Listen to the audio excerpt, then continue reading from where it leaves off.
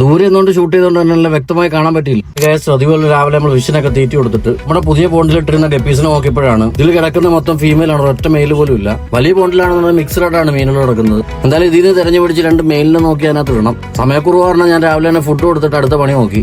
രാവിലെ തന്നെ ചെറുതായിട്ട് മഴ പിടിക്കുന്നുണ്ടായിരുന്നു. 2026 ആദ്യത്തെ മഴയാണ്. ഓട്ടം പോകാൻ വേണ്ടി വണ്ടി എടുക്കാൻ വേണ്ടി കുടുംബത്തോട്ട് പോയപ്പോഴാണ് നമ്മുടെ കൊക്കിന്റെ ഒക്കെ ഇനത്തിൽപ്പെട്ട ആശാമാരാണ്. നമ്മുടെ നാടൻ കൊക്കിനെയൊക്കെ വെച്ച് നോക്കുമ്പോൾ അസാമാന്യ വലിപ്പമാണ് ഇതിന്. അതുകൊണ്ട് തന്നെയാണ് ദൂരെ നിന്ന് കണ്ടപ്പോഴും പെട്ടെന്ന് ശ്രദ്ധിച്ചത്.